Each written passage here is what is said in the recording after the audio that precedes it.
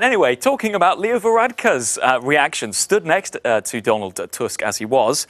Well, this is the scene we just heard described there. It's Leo Varadkar here and Donald Tusk. And off mic, or at least here, he says they will give you terrible trouble, seemingly referencing the comments Mr. Tusk had just made. Now, if people thought those comments were a bit of an offhand when he was at the podium, they might want to think again, because look at this. He tweeted out, Donald Tusk tweeted it out again. I've been wondering, here we go, the words written down for everyone to see what that special place in hell looks like.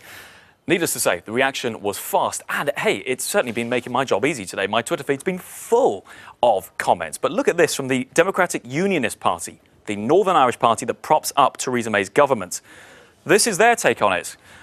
My response to the devilish, trident-wielding Euromaniac Donald Tusk. That's from Sammy Wilson, MEP, saying Donald Tusk is showing his contempt for the 17 million people who voted for Brexit. Then there's other people as well, like Fraser Nelson, saying it follows a history of showing disrespect on behalf of Mr. Tusk to the United Kingdom. Ian Dale as well, saying at a time when politicians should surely have only one thing on their mind, coming to a deal, this kind of language isn't appropriate.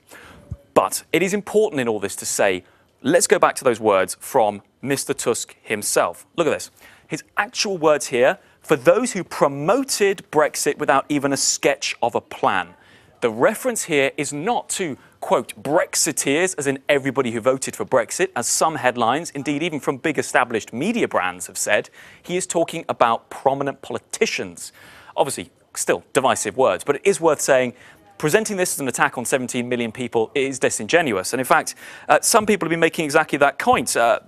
Mark Di Stefano here, he's you call him a media commentator in some respects, says, I tell you what, there's a special place in hell for people deliberately misinterpreting Tusk's take on this. But it is fair to say that these words, they are divisive, Tessa. I mean, talking about hell from Donald Tusk, it's worth saying this is language that, you know, a month before, well, Brexit is next month. Hearing this kind of language from the President of the European Council, it goes to show where we're at in this whole process. And surely onlookers from all sides should be looking at the state of the process, surely in a sense of confusion, shock. But worth saying, these words from Donald Tusk, not going to make it easy for Theresa May arriving tomorrow.